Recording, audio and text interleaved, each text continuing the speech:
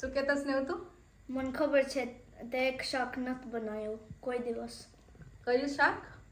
તે કોફતા નથી બનાવ્યો. કોફતા કોફતા તો બનાવ્યા તા મમ્માએ. રીલ ઉપર નથી બનાવ્યો. રીલ ઉપર નથી બનાવ્યા. ઓકે ચલો, સ્નેહની ડિમાન્ડ છે તો આપણે હવે કોફતા બનાવીશું, બરાબર? હા. હેલો, કેમ છો બધા? તો આજે ચલો આવી ગયા કિચનમાં અને શું બનવાનું છે. એકચ્યુઅલી સ્નેહએ અમુક દિવસ પહેલાં મને ડિમાન્ડ કરેલી કે મમ્મા તે આ બનાવી જ નથી. તો એનો કહેવાનો મતલબ હતો કે કોફતા ઘણા ટાઈમથી બનાવ્યા નથી. તો એકચ્યુઅલી કોફતા સાચી વાત છે, ઘણા ટાઈમથી બન્યા નથી. તો આજે કોફતા બનવાના છે અને હું પનીર અને બટેટાના કોફતા બનાવું છું અને ગ્રેવીમાં. તો ચલો બનાવી લઈએ હું કઈ રીતે બનાવું છું કોફતા. તો મીનવાઇલ આપણે ગ્રેવીની પ્રિપરેશન કરી લઈએ. તો એમાં આપણે ઓનિયન, ટમાટો, ગાર્લિક અને ચીલી, આદુ નાખવું હોય તો યસ, અને થોડા કાજુ. તો એ બધાની આપણે ગ્રેવી બનાવીશું. તો અત્યારે તો આપણે મોટા મોટા જ કાપી લેવાના છે, નાના નાના પછી આપણે ક્રશ જ કરવાનું છે. એટલે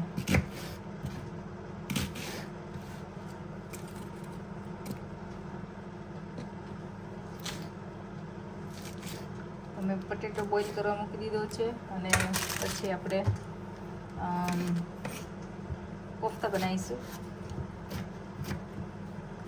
ઘણા ડિફરન્ટ ટાઈપ્સના કોફતા બનાવતા હોય છે.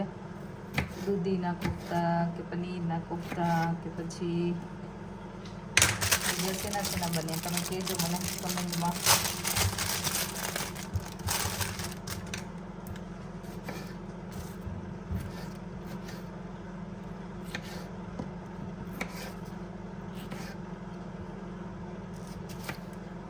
તો આવી રીતે આપણે કાપીને થોડી વાર સાતળવાનું, જ્યાં સુધી ટમાટર એકચ્યુઅલી સોફ્ટ ના થઈ જાય ત્યાં સુધી. તો એ ગ્રેવીને પછી આપણે ગ્રાઇન્ડ કરી લેવાની છે. તો ચલો આપણે સાતળી લઈએ. થોડું જીરું અને જે આપણે બધું કાપ્યું એ બધું એડ કરી દઈશું.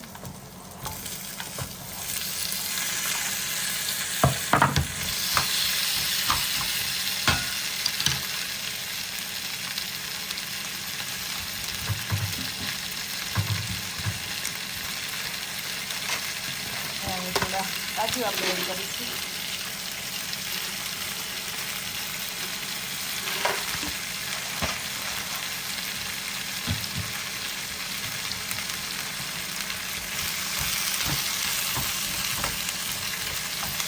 આપણે સોફ્ટ થઈ જાય ત્યાં સુધી થવા દઈશું. તો હવે આ જો ટમાટો ને બધું સોફ્ટ થઈ ગયું છે. તો આપણે હવે થોડી વારમાં બંધ કરી દઈશું અને આને ઠરવા દઈશું. ઠરે એટલે આપણે એને ગ્રાઇન્ડ કરી લેવાનું છે. આ જે આપણે ગ્રેવી માટે રેડી કર્યું હતું એ હવે ઠરી ગયું છે. એને હું બ્લેન્ડ કરી લઈશ. તો આપણે હવે ગ્રાઇન્ડ કરી લીધી છે ગ્રેવીને. હવે આપણે પાછું એમાં થોડું તેલ મૂકીશું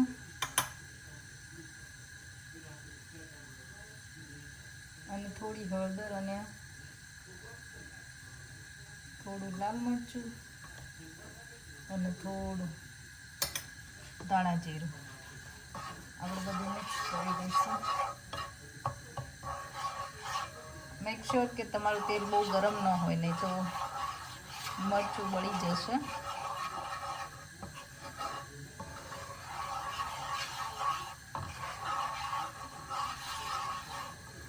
અને હવે આપણે જે ગ્રેવી બનાવી છે એ એડ કરી દઈશું.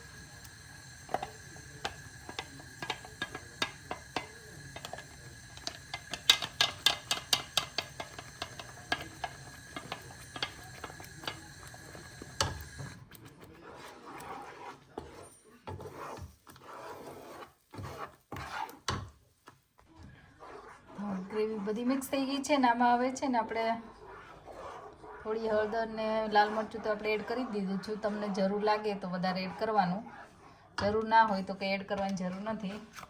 આમાં હું થોડો કિચન કિંગ મસાલો એડ કરી દઈશ અને સોલ્ટ ટેસ્ટ પ્રમાણેનું, કારણ કે આપણે કોફતામાં પણ સોલ્ટ એડ કર્યું જ છે, એટલે જેટલું જરૂર હોય એટલું જ એડ કરવાનું.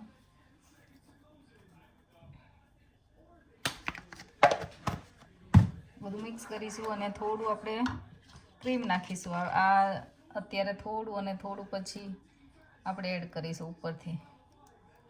ડબલ ક્રીમ અથવા તમારી પાસે મલાઈ હોય તો તમે મલાઈ પણ એડ કરી શકો છો, અને ન હોય તો ગ્રીક સ્ટાઇલ યોગર્ટ હોય તો પણ એકચ્યુઅલી સરસ ટેસ્ટ આવે છે. એટલે તમે ડિપેન્ડ્સ કે તમારે પાસે જે અવેલેબલ હોય એ તમે એડ કરી શકો.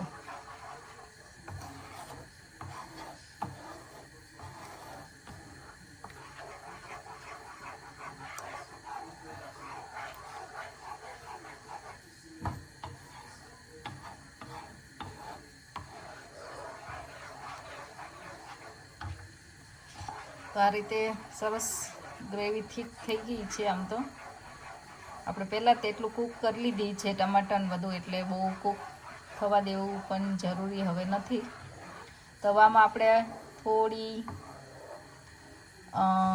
કસૂરી મેથી આપણે એડ કરીશું.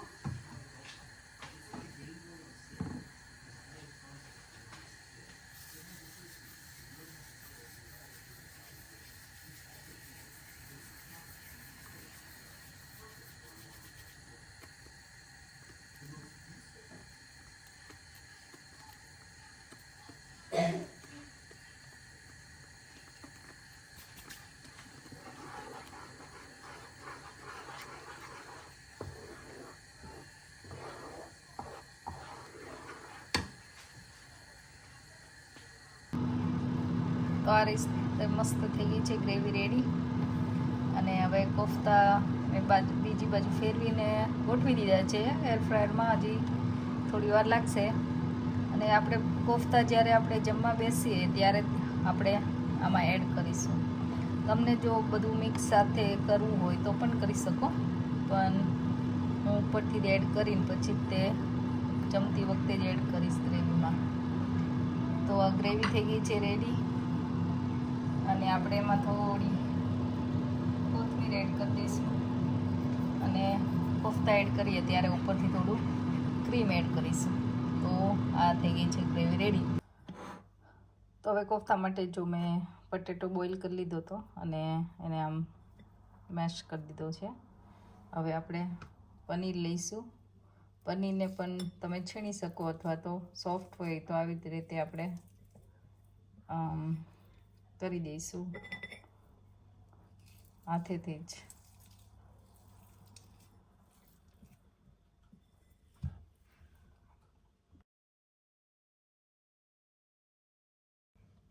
તો હવે આપણે પનીર મેશ કરી લીધું છે. હવે થોડું સોલ્ટ અને આ કોથમીર મરચાં મેં કાપી લીધા છે એ એડ કરીશું.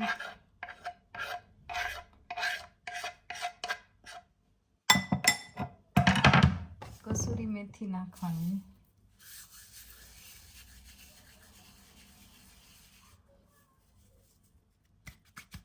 થોડો જે આ મિક્સ મસાલો છે જેમાં dry mango, coriander powder, cumin powder, black pepper, એ બધું જ છે. અને થોડો આપણે આ કિચન કિંગ મસાલો એડ કરીશું.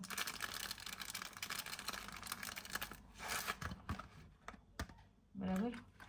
અને એકચ્યુઅલી છે ને પાણીપુરી મસાલા સાથે આવેલું છે, પણ એમાં બધું મેંગો ને ક્યુમિન પાવડર, બ્લેક સોલ્ટ બધું જ છે. એનાથી આમાં ટેસ્ટ સરસ આવશે. એટલે અલગ અલગ નાખવાને બદલે મેં આખું એડ કરી દીધું. હવે આ બધું મિક્સ કરીશું. અને બાઇન્ડિંગ માટે જો આનું બેયનું બાઇન્ડિંગ આવી જ જાય સરસ રીતે, પણ તમારે બાઇન્ડિંગ ના આવે તો તમે પ્લેન ફ્લાવર અથવા તો ચણાનો લોટ કે કોર્નફ્લાવર થોડો એડ કરી શકો. તો હું બધું હવે મિક્સ કરી દઈશ હાથેથી અને લેટ્સ સી જો જરૂર પડશે તો જ નાખીશ લોટ, લગભગ તો નહીં જ જરૂર પડે આમાં. તો એકચ્યુઅલી આ રીતે રેડી થઈ ગયું છે. જો બાઇન્ડ થઈને બોલ સરસ થઈ જાય છે.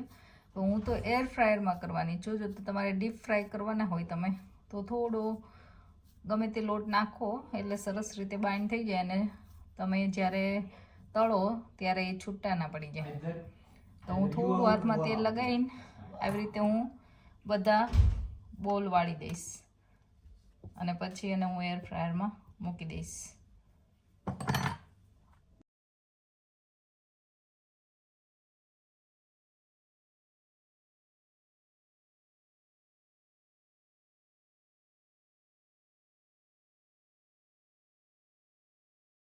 તો જો આ બધા બોલ મેં વાળી દીધા છે અને હવે હું એર ફ્રાયરમાં મૂકી દઈશ 200 ડિગ્રીએ 10 મિનિટ માટે અને પછી થોડા આપણે ફેરવીને ફરીને કરીશું જરૂર હોય તો.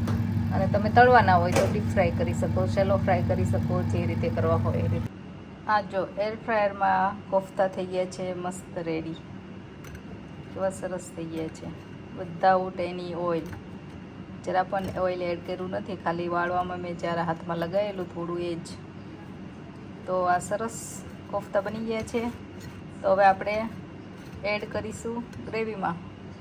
તો ઘણા બધાએ મને પરાઠાની નોર્મલ પરાઠા બનાવવું, પણ હું છે ને એમાં થોડું ઘણીવાર મેથી ગ્રીન હોય તો ગ્રીન, આ ડ્રાય મેથી આજે મેં એડ કરી છે. ઘણીવાર સ્પિનચ નાખીને પણ બનાવતી હોય, ઘણીવાર ગાર્લિક સ્પિનચ, એવી રીતે હું પરાઠા બનાવતી હોય છે. તો ઘણાએ મને પૂછેલું કે તમે કઈ રીતે બનાવો. તો આ મેં નોર્મલ રોટલીનો લોટ લઈ લીધો છે, એમાં થોડી કસૂરી મેથી આજે એડ કરી છે. મારી પાસે બીજું હતું કાંઈ નહીં એટલે આપણે નોર્મલ જે લોટ બાંધીએ એમ જ થોડું આપણે તેલ નાખીશું અને સોલ્ટ એડ કરીશું.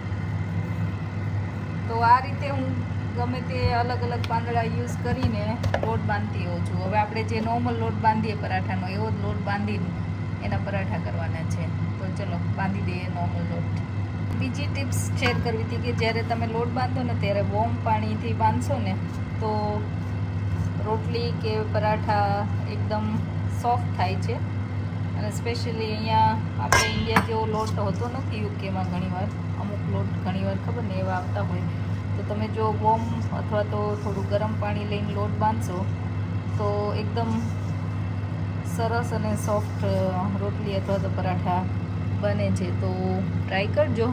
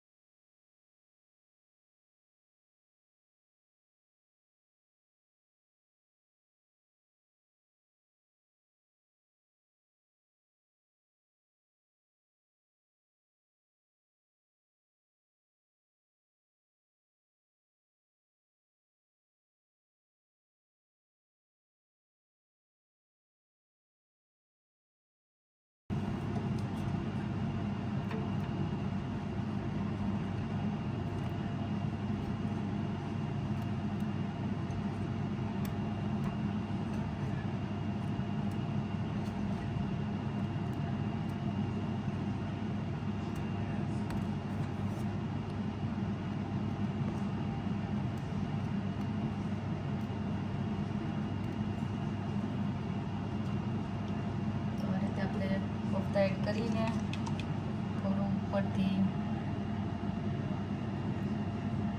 ક્રીમ એડ કરવાનું. મારું થોડું વધારે પડતું ઠીક છે એટલે એકદમ મસ્ત આમ લાઈન નથી થતી, પણ તો આ થઈ ગયું છે રેડી શાક.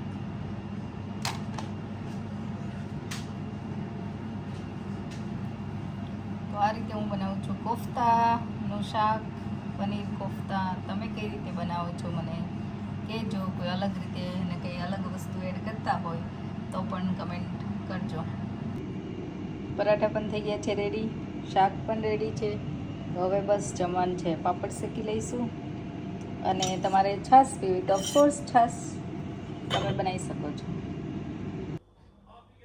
જો બધાની પ્લેટ પીરસાઈ ગઈ છે. ચલો હવે જમવા હાલો. સ્નેહુ ચાંદને બોલાવો. તમે ચલો ટ્યુશન ચાલુ છે. હા તો હાલો હાલો જમવાનું રેડી થઈ ગયું હા ડેકોરેટ કરી લાગ્યું તો હે જોરદાર. હે કેવું સરસ લાગે ને આમ આંખને મજા આવે પછી ખાવાની કેવી મજા આવે તો પછી હે તો પછી હા તો ચલો જમવા જો એકદમ પ્લેટ થઈ ગઈ છે મસ્ત રેડી સ્નેહ જમવા બેસી ગયા Yeah. આજે સ્નેહું શું માટે બન્યું સ્નેહુ માટે Kofta. કોફતા ક્યારનો સ્નેહુ કહેતો હતો કે કોફતા બનાવજે મમ્મા ચાર બરાબર તમારે મારે કોફતા કોફતા સ્નેહ કહેતો તો કોફતા બનાવજો હમ શેની માટે બનાવજો એને કીધું શેની માટે બનાવવાનું કીધું સ્નેહુ Real રીલ માટે રીલ માટે કોફતા બનાવવા કીધું. મમ્મા એ રીલમાં નતા બનાવ્યા કોફતા એટલે ઈ કે રીલ માટે કોફતા બનાવજે લો બોલો કે રીલમાં નથી બન્યું. તો આજે બની ગયું છે પરાઠા કોફતા પાપડ આલા અથાણું છે ખાટું અને શું છે બીજું દહીં દહીં યોગર્ટ પાપડ સલાડ બધું જ છે તો ચલો જમવા હે ને